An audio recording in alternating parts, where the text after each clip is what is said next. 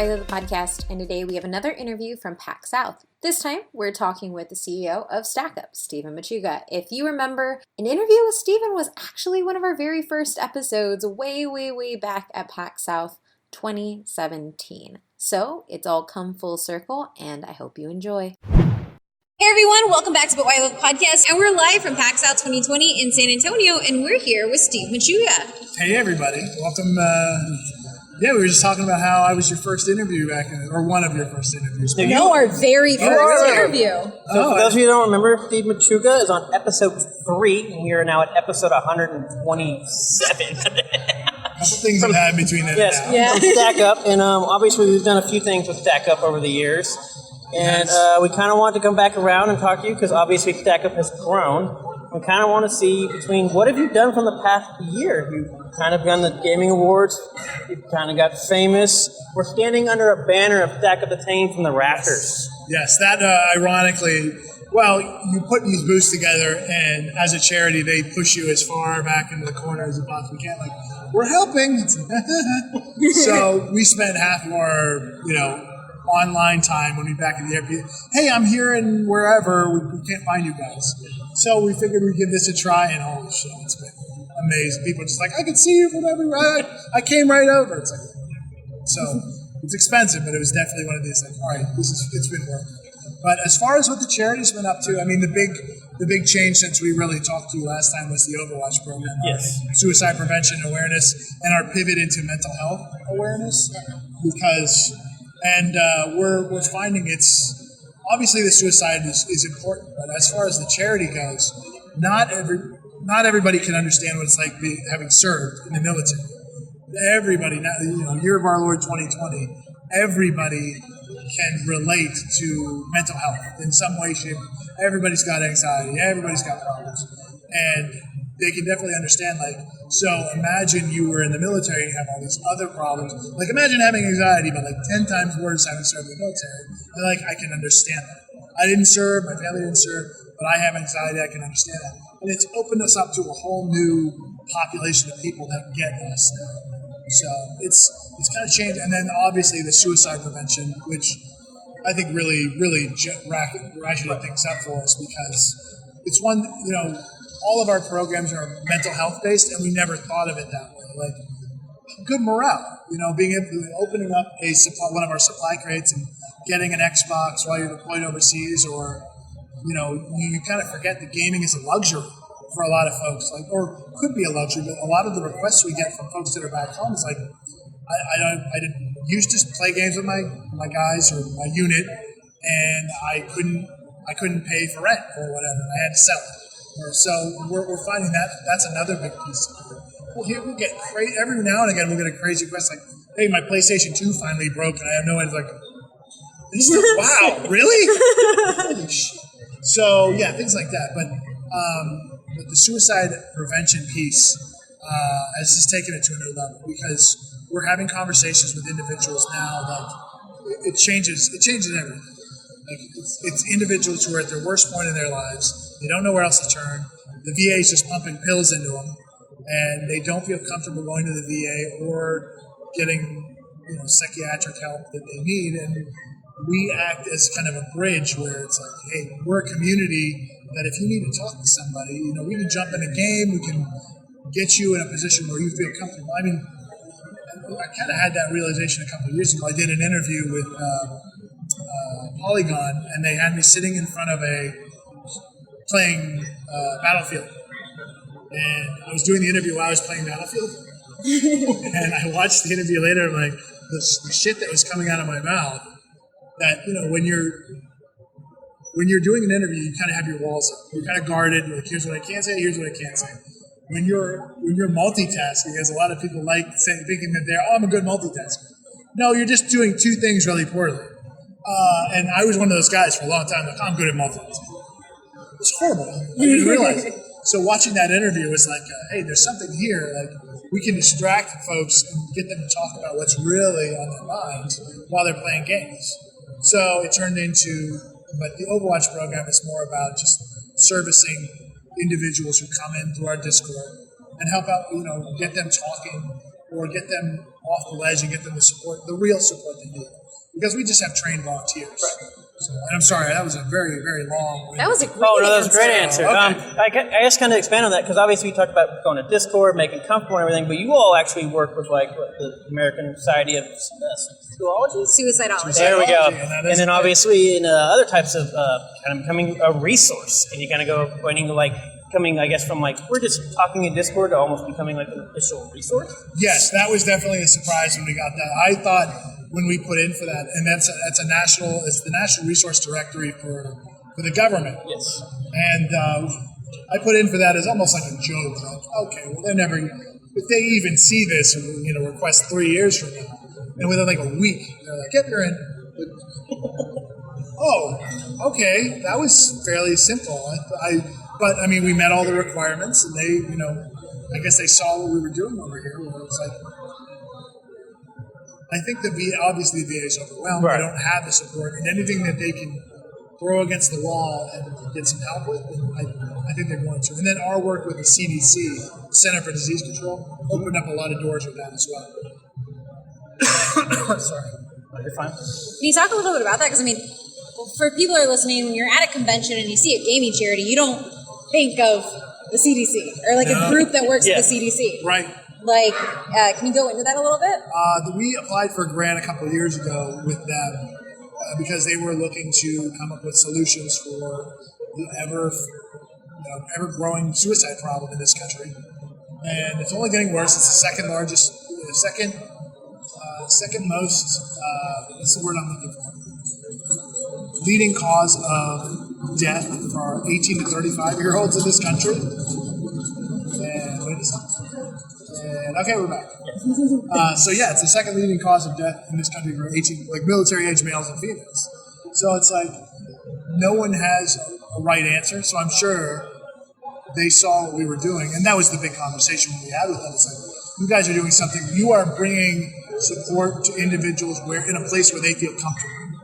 And that was the big piece of it. It was like, we're doing something that they can't do at their facilities. We're getting guys at 3 a.m. in their recliners while they're playing games where they feel comfortable.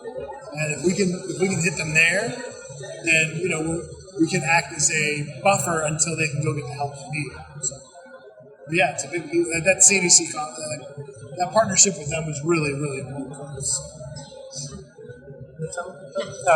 Awesome. I guess from there, because now that you all, I guess, are going big, I guess what is the next step? Because obviously we went from gaming to now kind of like CDC. What is next for Stackup? The big joke right now for 2020 is, all right, it's our $1 million year. Because we raised $750,000 last year. And it's a stretch, but we're trying to, and it's an unpopular conversation because I should be, as a charity worker, I should be like, well, we want to help more people. But in order for us to help more people, we need to raise more money so we can keep the lights on, so we can do what we're doing, more awareness, more counselors, more people helping, more staff, and then helping more people. So dollars translates to be able to help more people.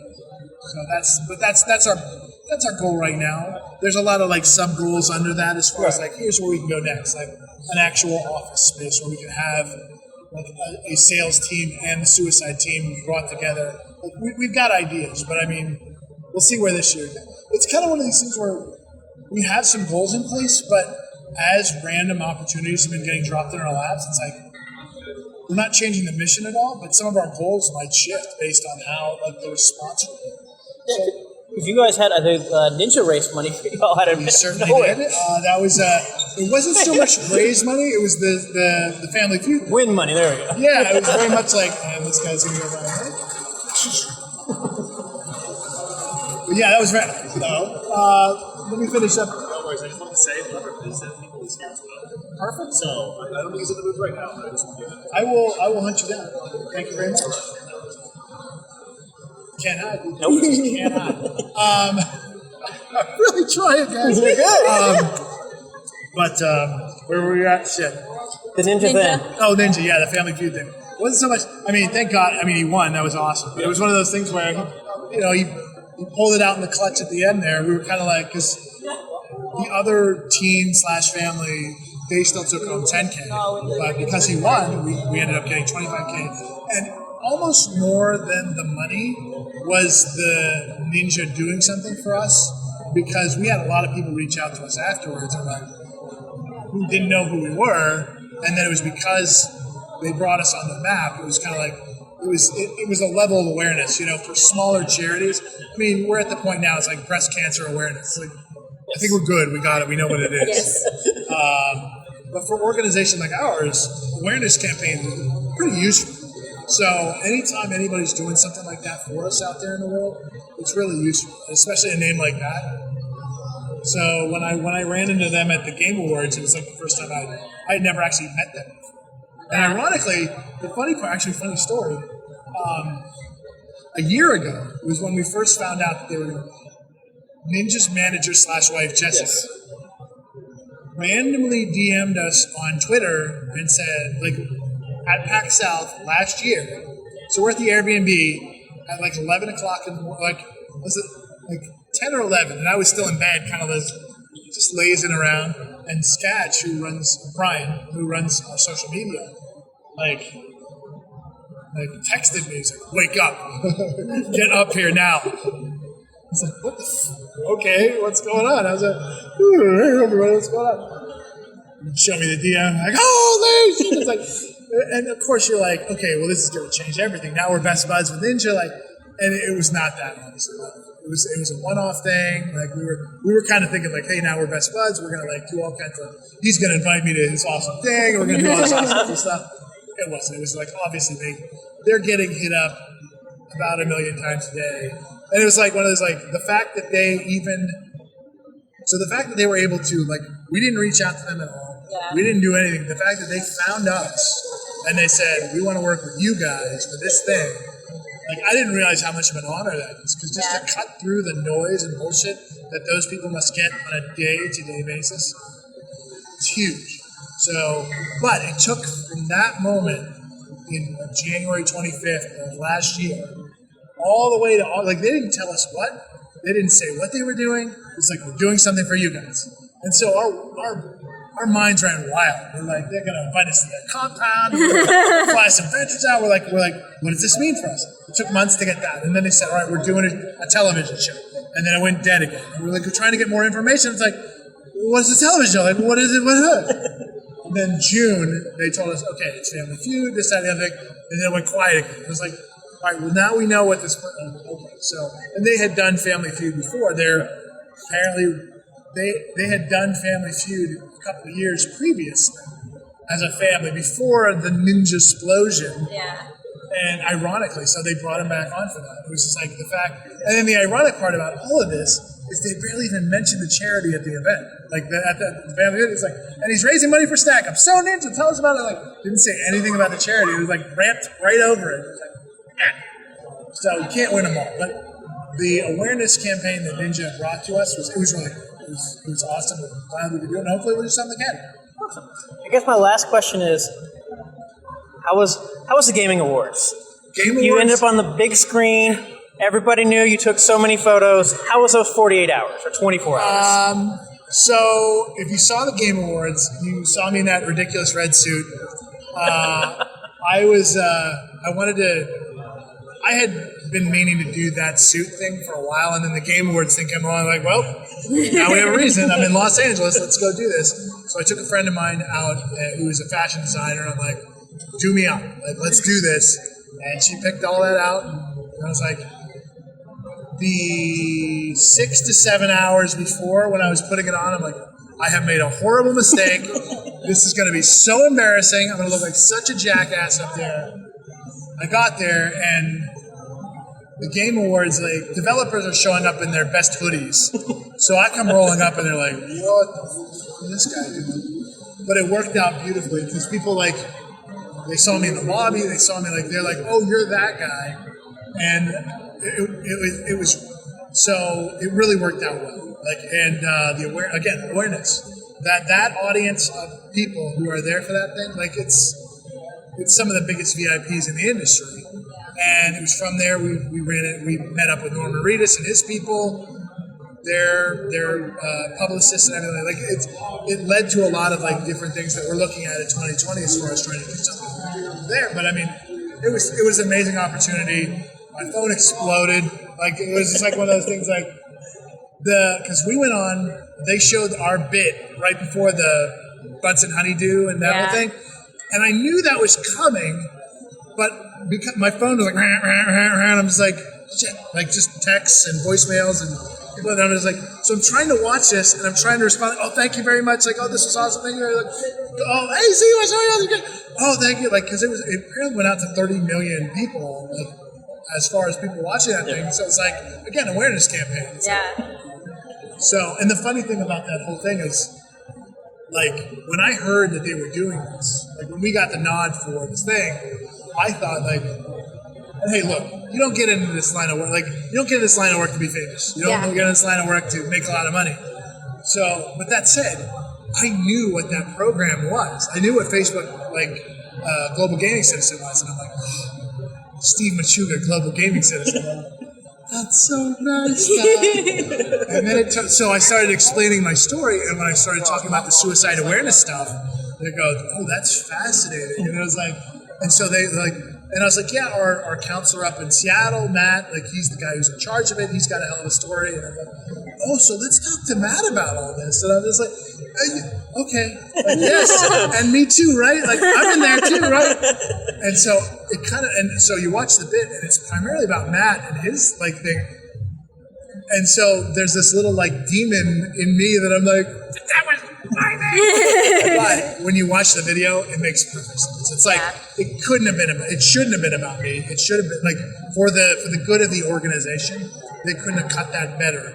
Like it really came, and I still get my face up to like, see you. But it really worked out. Like it was a great piece that they put together, and we were up there for 3 days shooting for a 2-minute segment. Holy shit, guys! And the things that they put in there that were cut, like Sketch was laughing because like we were again 3 days of shooting. There was some good stuff that was on cutting room floor, and there was so much like filler. Like there's a flag waving in the back. Like, really? This 5-second shot of the American flag waving against the sun was like you cut out actual content for like patriotism. So, but anyway, sorry. Yeah, so that's that. It was an amazing opportunity. I'm happy we're doing it. We'll probably never have that. I mean, that's a once in a lifetime thing. I mean, they're not going to bring us back up there again next year. Like, and back again. It's like, so that was a one and done kind of thing. So, but we're part of it's kind of like a 30 under 30 thing from Forbes. Yeah. It's like, so we made this cut. We're part of an alumnus now. And we don't know what that'll do for us, but it got seen by a lot of people. It put us on the map for a lot of like VIPs and organizations that didn't know we existed. The following 48 hours, it was a flurry of emails and, oh, I saw you on the Game Awards. And then we're right back to normal. Like nothing happened. It's the same thing happened with the Ninja. So, oh my God, I saw you on Family Feud. It's amazing. 72 hours later, nothing. So, and the funny thing is, the joke that I made about all of it was we got over 200 requests for support within the next week, and we raised $20. If that doesn't tell you the charity experience as a whole, like people asking for help, but not offering it. So, but it is what it is. So. I'm not gonna lie, I would have been disappointed if you did not show up in a red suit. Yeah, it was.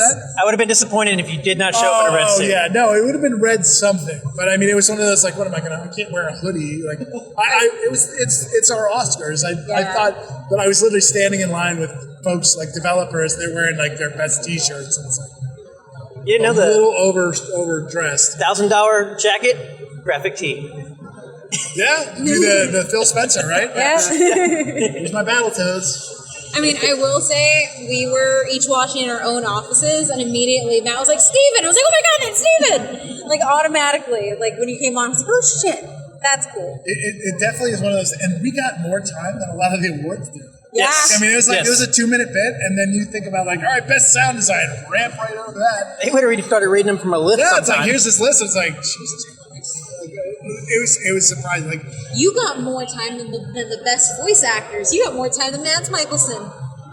that's kind of the crazy one. It's like, if we're not like we didn't get any actual hardware because there was a part of me is like, oh, Because I asked, I'm like, can we get one of those things? Because we'd love to put it in the office. And by office, but yeah, they're like, no, it's a little different. They go, fine, I guess I'll take all your love and admiration. But no, it was an amazing opportunity.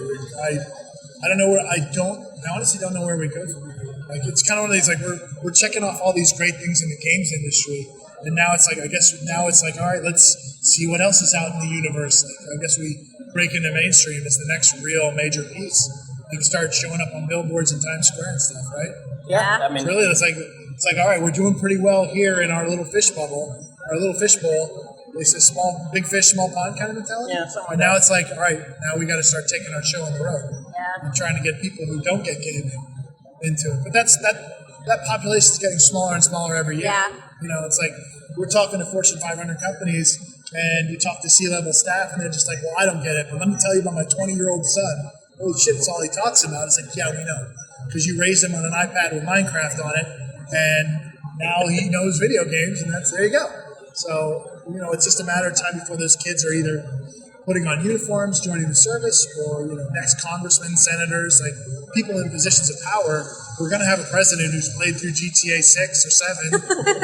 It's really just a matter of time. Like, we're taking over the world. And we've been riding the last 10 years, well, 5 years from now, but we've been riding this wave of just, video games is this huge multi-billion, $100 billion industry. And it's so weird that the three of us, we picked an industry that, like, we could just be big fly fishing fans or technologists or whatever. It's like, no, video games. Like, what are the chances that we picked the exact right hobby to just be enamored with, and then the rest of the world's like, yeah, this is pretty fucking cool. Yeah, we know. We've been doing it since we could stand up vertically. So it's a lot of fun to watch, like, not only us grow, but watch the entire industry grow, as in watching people shoehorning gaming into things that obviously don't fit, but the fact that they're trying is amazing. And so I think the next big step for gaming in general is going to be esports. They're going to figure out esports somehow. Whenever they figure that thing out, like that, when that gold rush finally strikes gold, I think that's where it's really going to. So we're going to get a stack up esports. Oh God, no. Esports is, as I was saying, gold rush, but I mean, esports is so frustrating to work with. I mean, we've never really gotten anything of any substance from any esports team ever, because they're focusing on winning. Yep. And even having the adults in the room, like, their focus is on making their people win, and everything else is distant second. Yeah. Especially because it's all about bringing in money, because a lot of these orgs are underwater. Like, it's a $20 million price tag just to get into the OWL, Overwatch League. And it's like, all right, so you're already under the gun there that way. And so they don't have a need to do charity work. They don't want to do charity. So esports has always been, it's been tough. We've worked with a bunch of groups out there, and they, we want to do stuff for charity, and then nothing ever happens, because the reality is they have to win these games. That's it. That's all that matters. So for the people who do want to do stuff for charity and can do it, how do they get in touch with you guys? How do they find you guys, and how do they help out? Stackup.org is the website. Head over there. We've got a bunch of do some research over there. But if you have individual questions about getting involved, there's a contact form. Just fire one out there, and we will get back to you in a timely fashion. Discord's also another good place. That's where our suicide team's on. But we have a pretty sizable team on Discord. Just discord.gg, stackup.org. All spelled out, stackup.org. And head over there. Awesome. Did you have anything else? No, that's it. Awesome. Where do they find you? Where do they find you on the interwebs? I primarily reside on Twitter. That's my platform of choice. I haven't started my TikTok account yet. But yeah, Twitter is Shanghai6, all spelled out, SIX. At the end of it, just find me over there. Awesome. Well, thank you so much for taking the time to speak with us again. Yeah. Where are we all going to be in 3 years from now, right? I don't know. Woo! That's a big question. Yeah. It's one of those, don't look too hard at it. If you stare into that abyss too long, you'll go nuts. Like, 5 years from now, where are we going to be?